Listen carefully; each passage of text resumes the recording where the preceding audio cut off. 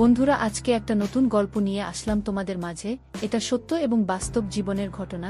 শেষ পর্যন্ত শোনার অনুরোধ রইল। শুনলে তোমার মধু চলে আসবে। দেরি না করে চলো শুরু করা যাক। আমি বললাম, ভাই, আমি যা করছি তুই আমাকে তা করতে। আমি অনেক দিনের উপোস। তোর দুলাভাই আমাকে অনেক দিন ধরে কিছু দেয় নাই। আমি খুব ক্ষুধার্ত, আমি খুব পিপাসিত। ভাই, তুই আমাকে একটু শান্তি কর, আমি তোর কাছ থেকে একটু শান্তি চাই। সে বলল, আপু, আমি তোমার আপন ছোট ভাই।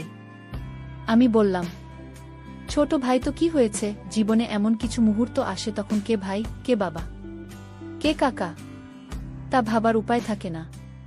তখন একটিমাত্র জিনিস মানুষের বিবেকে কাজ করে, আর তা হল একটু শান্তি। প্লিজ ভাই, কথা না বলে তুই আমাকে একটু শান্তি কর। অনেক দিন ধরে আমার মনটা অশান্ত হয়ে আছে। আমার ছোট ভাইকে বাচ্চা মনে করে আমি সুযোগ দিয়েছিলাম। তারপর আমার ছোট ভাই আমার সাথে যা করল তা শুনলে বন্ধুরা তোমাদের মাথা ঘুরে যাবে। বন্ধুরা, গল্পটি অনেক অনেক ইন্টারেস্টিং। গল্পটি শোনার জন্য তোমাদের সকলের প্রতি আমার বিশেষ অনুরোধ রইল। বন্ধুরা, তোমাদের নিকট আমার ছোট্ট একটি অনুরোধ, তোমরা দয়া করে আমার চ্যানেলটি সাবস্ক্রাইব করে আমাকে সাপোর্ট করবে। হ্যালো বন্ধুরা, আমি উর্মিলা আক্তার ঘর্মি। আমার ডাক নাম ঘর্মি। আমার বর্তমান বয়স 25। আজকে আমি তোমাদেরকে যে গল্পটি বলবো সেটি আমার বাস্তব জীবনের গল্প। তখন আমার বয়স ছিল 19। আমি দেখতে অনেক সুন্দরী, লাবণ্যময়ী এবং আবেদনময়ী ছিলাম বটে। আমার ফ্যামিলিতে শুধুমাত্র আমি, আমার ভাই এবং আমার মা বাবা ছিলেন। মোট সদস্য সংখ্যা ছিল 4 জন এবং আমি ছিলাম সবার বড়। আমার ভাই ছিল আমার ছোট, তার বয়স ছিল 15। আমার ছোট ভাইয়ের নাম সাগর। সে ক্লাস 10-এ পড়ত। সে দেখতে অনেক কিছু ছিল। আমি তাকে খুব ভালোবাসতাম এবং স্নেহ করতাম। তাকে দেখতে একেবারে নায়কের মতো চেহারা ছিল। তাকে দেখলেই আমার অন্য কিছু করতে মন চাইত। আমাদের পরিবারের সবাই খুব সুন্দর ছিল। আমি যেমন সুন্দরী ছিলাম, আমার ভাইও আমার মতোই সুন্দর ছিল। আমার মা বাবা অনেক সুন্দর ছিল। আমার ছোট ভাইয়ের চেহারাটা এতই কিউট যে তাকে দেখলেই আমার আদর করতে মন চাইত। মাঝে মাঝে আমি আমার বিয়ের আগে বিভিন্ন অজুহাতে তার সাথে বিভিন্নভাবে মজা করার চেষ্টা করতাম। বিয়ের আগে মাঝে মাঝে সে আর আমি একসাথে থাকতাম। প্রায় আমি তার কাছে থেকে ভিন্ন কিছুর স্বাদ নেওয়ার চেষ্টা করতাম। সে তখন খুব ছোট ছিল বিধায় খুব একটা বেশি বুঝত না। সে দেখতে অনেক সুন্দর হওয়ায় আমি তার প্রতি অনেক দুর্বল হয়ে গিয়েছিলাম, কিন্তু তা কখনো প্রকাশ করতে পারিনি। মনে মনে অনেকবার তাকে কাছে পেতে চেয়েছিলাম, তার সাথে ঘনিষ্ঠ হতে চেয়েছিলাম এবং তার কাছ থেকে অনেক ভালোবাসা পেতে চেয়েছিলাম, কিন্তু কখনো সাহস হয়নি বলার।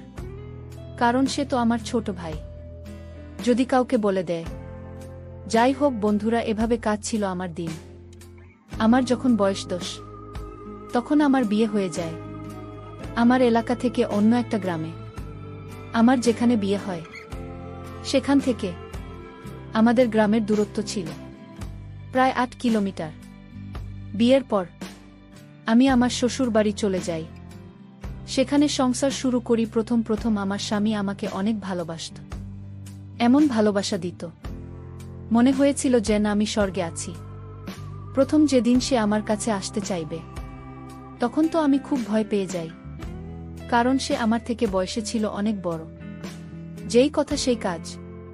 প্রথম দিন সে আমাকে এমনভাবে দিয়েছিল, আমার কাছে মনে হয়েছিল যেন আমার দম বন্ধ হয়ে যাওয়ার মতো অবস্থা হয়েছিল। বিয়ের 2-1 মাস আমার খুব ভালো লাগছিল। সে আমাকে খুব শুকিয়ে রাখছিল, কিন্তু এই সুখ আমার আর বেশি দিন রইল না। আমার কপাল খুবই খারাপ ছিল যে আমার বিয়ের কিছুদিন পরেই আমার স্বামীর গোপন একটি রোগ ধরা পড়ে, যার কারণে আমার স্বামী আমার কাছে ঠিকমতো আসতে চাইত না, আমাকে ভালোবাসতে চাইত না। আমার প্রতি তার কোনো ফিলিংস কাজ করত না, আর মাঝে মাঝে আমার সাথে খুব খারাপ আচরণ করত। আমার স্বামীর এই আচরণে আমি খুব কষ্ট পেতাম। আমি জানি না সে কেন আমার সাথে এরকম আচরণ করত। তার আচরণে আমি অনেক পরিবর্তন লক্ষ্য করি। আস্তে আস্তে তার সাথে আমার দূরত্ব বাড়তে থাকে। সে আর আগের মতো আমাকে ভালোবাসে না। রাত হলেই সে কোনো না কোনো অজুহাতে আমার কাছ থেকে দূরে থাকতে শুরু করে। আমি যখনই তার কাছে যেতাম, ভাবতাম আজ তার সাথে সময় কাটাব।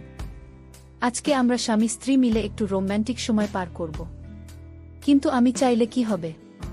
তাতে তার কোনো সাড়া পাইনি। আমি যতই তার কাছে যেতে চাইতাম, সে আমার কাছ থেকে বিভিন্ন অজুহাতে অনেক দূরে থাকতে শুরু করল। সে এখন আমাকে বিন্দুমাত্র সময় দেয় না। তার আচরণে এতটা পরিবর্তন দেখে আমি খুব বিস্মিত হই। আমাকে ভালোবাসার তার মধ্যে কোনো আকাঙ্ক্ষা নেই। রাতে কিংবা দিনে সে কখনই আমার সাথে আকর্ষিত হওয়ার চেষ্টা করত না। আমাকে সবসময় সে ইগনোর করতে শুরু করল। তার এসব দেখে আমার মনে অবস্থা আরও খারাপ হতে লাগল। তারপরেও আমি ভালো ছিলাম। যাক, শত হলেও সে তো আমার স্বামী, আজ আমাকে ভালোবাসে না, কিন্তু কাল তো ভাসবে। একদিন আমি ভাবলাম, যেহেতু তারা আমার প্রতি কোনো টান নেই, আজকে তাহলে আমি তাকে আমার প্রতি আকৃষ্ট করার জন্য তাকে আমি নিজেই উদ্বুদ্ধ করব। আজকে আমি তার কাছ থেকে আমার অধিকার আদায় করে নেব। সেদিন রাতে আমি অনেক চেষ্টা করার পরেও তার কাছ থেকে আমি কোনো রেসপন্স পাইনি। সেদিন রাতে আমি অনেক কষ্ট পেয়েছিলাম। কষ্ট পেয়ে আমি চুপ করে আমার রুমের এক পাশে বসেছিলাম। হঠাৎ টেবিলের মধ্যে একটি ডাক্তারি রিপোর্ট দেখতে পেলাম। রিপোর্টটি দেখে আমার মাথা ঘুরতে শুরু করল। সেখানে পরিষ্কার করে লেখা ছিল যে আমার স্বামীর বিশেষ হরমোন একেবারে শেষ হয়ে গেছে। সে আর কোনো দিন আমাকে সুখ দিতে পারবে না। রিপোর্ট দেখে আমি যে কি করব বুঝে উঠতে পারছিলাম না, কারণ আমার স্বামীর বিশেষত্ব নষ্ট হয়ে গেছে। এখন আমি কোনো আশায় থাকব? কিভাবে আমি তার সংসার করব? তার যে সমস্যা, সে তো আর কোনোদিন আমাকে সুখ দিতে পারবে না। আমি আমার জীবনের কথা ভাবতে ভাবতে অনেক কান্না করেছিলাম। এখন আমার কি হবে? কারণ আমার সবেমাত্র জীবন শুরু। স্বামীর ভালোবাসা, আদর, সোহাগ ছাড়া আমি কিভাবে থাকব? স্বামীর আনন্দ সুখ না নিয়ে আমি কোনোভাবেই থাকতে পারব না। এই ভেবে আমি অনেক কান্না করতে থাকি, কিন্তু কাউকে কিছু বলতে পারি না। মনে মনে ভাবলাম, এভাবে আমি আর স্বামীর সংসার করব না। যেই স্বামী আমার মন বোঝে না, যে আমাকে ভালোবাসা দিতে না পারুক, অন্ততপক্ষে মনের একটু শান্তিতে দেবে। তাই স্থির করলাম, আমি আমার বাপের বাড়ি চলে যাব। তারপর একদিন আমার ছোট ভাই আমাদের শ্বশুর বাড়িতে আসে বেড়াতে এসে দেখে আমার ছোট ভাই আমার মনের অবস্থা একেবারেই খারাপ। আমি বললাম, আপু তোমার কি হয়েছে? আপু বলল, কিছু হয় নাই, আর শুধু কাঁদে। আমার ছোট ভাই ভেবেছিল মনে হয় আব্বু আম্মুর কথা মনে পড়ছে, তাই আপু কাছে। তারপর আমার এই অবস্থা দেখে আমার ছোট ভাই আমার স্বামী এবং আমার শ্বশুর শাশুড়ির কাছ থেকে বলে আমার বাড়িতে নিয়ে আসে। আমি আমার বাপের বাড়িতে এসে সব সময় নীরবে বসে থাকি, আর সব সময় টেনশনে থাকি। আমি টেনশনে অনেক শুকিয়ে গিয়েছিলাম। আমার চোখের নিচে কালো দাগ হয়ে গেছে। আমার ছোট ভাই আমার এই অবস্থা দেখে আমাকে জিজ্ঞাসা করতে শুরু করে, আপু তোমার কি হয়েছে? দুলাভাই কি তোমাকে অনেক কষ্ট দেয়? দুলাভাই কি তোমার সাথে খারাপ আচরণ করে নাকি না অন্য কিছু? আমি তাকে বললাম, না, এসব কিছু না, টেনশন করিস না, আমার কিছুই হয় নাই। আমি আমার ছোট ভাইকে বললাম, ভাই আমি তোদের বাড়িতে বেশ কিছুদিন থাকব। আমার ছোট ভাই বলল, আপু কিছুদিন কেন? এটা তোর বাড়ি, তুই আমাদের এখানে সারা জীবন থাকবে। ভাইয়ের কথা শুনে মনে অনেক শান্তি পেলাম। মনে চিন্তা করলাম, আমার ভাই যেহেতু আমার জন্য পাগল, আমি আমার স্বামীর কাছ থেকে যা পাইনি আমি আমার ভাইয়ের কাছ থেকে তা নেব। ভাইয়ের সরলতা, মিষ্টি ব্যবহার, উদারতা যেন আমাকে অনেক পাগল করে ফেলছে। আমি যে অনেক দিনের ক্ষুধার্ত। একদিন বিকেলে ছাদে বসে ভাবছিলাম আমার কি হবে এখন, আর কান্না করেছিলাম। ঠিক তখনই আমার ভাই সেখানে চলে আসে। আমার কান্না দেখে সে আমার পাশে বসে আমার চোখের জল মুছে দেয়, আর আমার কাছে কান্নার তো কণ্ঠে জানতে চায়, কি হয়েছে আপু, আমাকে একটু বলবেন? আমি লজ্জায় কিছু বলতে পারছিলাম না। তারপরেও সে অনেক জোর করার পর আমি তাকে বলি যে, বাইরে তুই আমার ছোট ভাই, তোকে যে আমি কি করে বলি? তো দুলাভাই আমাকে আর তেমন ভালোবাসতে পারে না। তার অনেক সমস্যা, তার অনেক বড় সমস্যা। তারা আমাকে ভালোবাসার মতো কোনো ফিলিংস থাকে না। সে আমাকে কোনোভাবেই কোনো তৃপ্তি দিতে পারে না। সে আমাকে কোনোভাবে সুখী করতে পারে না। এখন আমি কি করি বল ভাই? এই দুঃখ কি কারো কাছে বলা যায়? আমার মুখ থেকে এরকম ধরনের কথা শুনে আমার ভাই প্রথমে একটু চুপ হয়ে যায়। আমার ছোট ভাই যদিও বয়সে আমার থেকে ছোট, তার বয়স প্রায় 16-17 কাছাকাছি। সে সব বোঝে। সে কিছুক্ষণ চুপ করে থাকার পর বলল, আপু দুলাভাইকে ডাক্তার দেখাও। আমি বললাম অনেক ডাক্তার কবিরাজ সব দেখিয়েছে, কিন্তু কোনো কাজ হয় নাই। বিয়ের আগেও নাকি তার এরকম সমস্যা ছিল। তারপর অনেক ডাক্তার দেখিয়ে সে কোনোরকম ভালো হয়েছিল, কিন্তু ডাক্তার বলে দিয়েছিল যে আপনার যদি পরবর্তীতে এই রকম সমস্যা হয় তাহলে আর ভাল হওয়ার সম্ভাবনা নেই। আমি আমার ছোট ভাইকে বললাম, বাইরে সে আর কোনোদিনও আমাকে সে সুখ দিতে পারবে না। আমার কথা শুনে তারও মন খারাপ হয়ে গেল। আমি মনে মনে ভাবছিলাম এই সুখ এবং ভালোবাসা যদি আমি আমার ভাইয়ের কাছ থেকে পাই তাহলে অনেক ভালো হবে। তাই আমি একটি পরিকল্পনা করে কান্না করতে করতে আমি তাকে ধরার চেষ্টা করলাম। সে একটু লজ্জা পেল, কিন্তু কিছু বলল না। সে আমাকে বলল, দেখো আপু তুমি এত টেনশন করো না, দেখি কি করা যায়। তার এই কথা শুনে আমি বললাম, কি আর দেখবে তুমি, আমার সুখ কি তুই এনে দিতে পারবে? আমি এভাবে থাকতে পারবো না। স্বামীর ভালোবাসাটা আমার খুব জরুরি। ভাই তুমি এসব বুঝবে না, এভাবে থাকতে আমার অনেক কষ্ট হয়।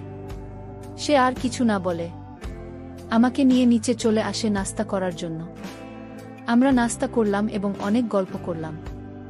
আমি মনে মনে ভাবছিলাম, আমার ভাই হয়তো আমাকে নিয়ে কিছু ভাবতে শুরু করেছে, তাই আমি অনেক আনন্দ পেলাম।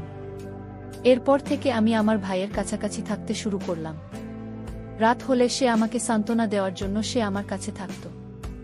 আমি তো আমার ভাইকে ছোট বাচ্চা মনে করতাম, আর সেও আমার কাছাকাছি থাকতে পছন্দ করত। প্রতিদিন রাতে আমি আর আমার ছোট ভাই একসাথে ঘুমাই, কিন্তু আমার তো রাতে ঘুম আসতো না। শুধু চোখে মনে অন্য কিছুর বাসনা। চোখের আমার পাশে আমার আপন ছোট ভাই শুয়ে রয়েছে। মাঝে মাঝে তার প্রতি লোভ চলে যায় ভাইয়ের, তবে যৌবন প্রতি আমার লোভ চলে যায়। মনে হচ্ছে যেন আমি মোমো, আর সে আগুন। তার পাশে শুতে আমি যেন গলে যাচ্ছি এবং তাকে বারবার ছোঁয়ার চেষ্টা করছি, বাট মনের মধ্যে কিছুটা ভয় করছিল। কিছুক্ষণ পর আমি অনুভব করলাম আমার ছোট ভাই ঘুমিয়ে পড়ল, কিন্তু আমার তো ঘুম নাই। যখন অনুভব করলাম সে ঘুমিয়ে পড়েছে, তখন আমি তাকে নিয়ে এক অন্যরকম অনুভূতি নেওয়ার চেষ্টা করলাম। আমি যখন তাকে নিয়ে অন্যরকম কিছু করছিলাম তখন আমি লক্ষ্য করলাম সে ঘুম থেকে উঠে গেছে। সে ঘুম থেকে উঠে বলল, আপু তুমি আমার সাথে কি করছো? আমি বললাম, ভাই আমি যা করছি তুই আমাকে তা করতে। আমি অনেক দিনের উপোস, তোর দুলাভাই আমাকে অনেক দিন ধরে কিছু দেয় নাই। আমি খুব ক্ষুধার্ত, আমি খুব পিপাসিত। ভাই তুই আমাকে একটু শান্তি কর, আমি তোর কাছ থেকে একটু শান্তি চাই। আমি বললাম, আপু আমি তোমার ছোট ভাই। আমি বললাম, ছোট ভাই তো কি হয়েছে, জীবনে এমন কিছু মুহূর্ত আসে তখন কে ভাই, কে বাবা, কে কাকা তা ভাবার উপায় থাকে না। তখন একটিমাত্র জিনিস মানুষের বিবেকে কাজ করে, আর তা হল একটু শান্তি। প্লিজ ভাই কথা না বলে তুই আমাকে একটু শান্তি কর। আমার ছোট ভাইকে আমি বাচ্চা মনে করে তার সাথে আমি একটু রোমান্টিক করতে গিয়েছিলাম। সে যখন প্রথম আমাদের ওখানে আক্রমণ করেছিল তখন আমার কাছে মনে হয়েছিল আমার দম বন্ধ হয়ে যাচ্ছিল। আমার মনে হয়েছিল একটি প্রলঙ্কারী ঘূর্ণিঝড় বয়ে গিয়েছিল, আমার সব কিছু দুমড়ে মুচড়ে ফেলেছিল। সেদিন সে আমাকে অনেক সুখ দিয়েছিল বন্ধুরা।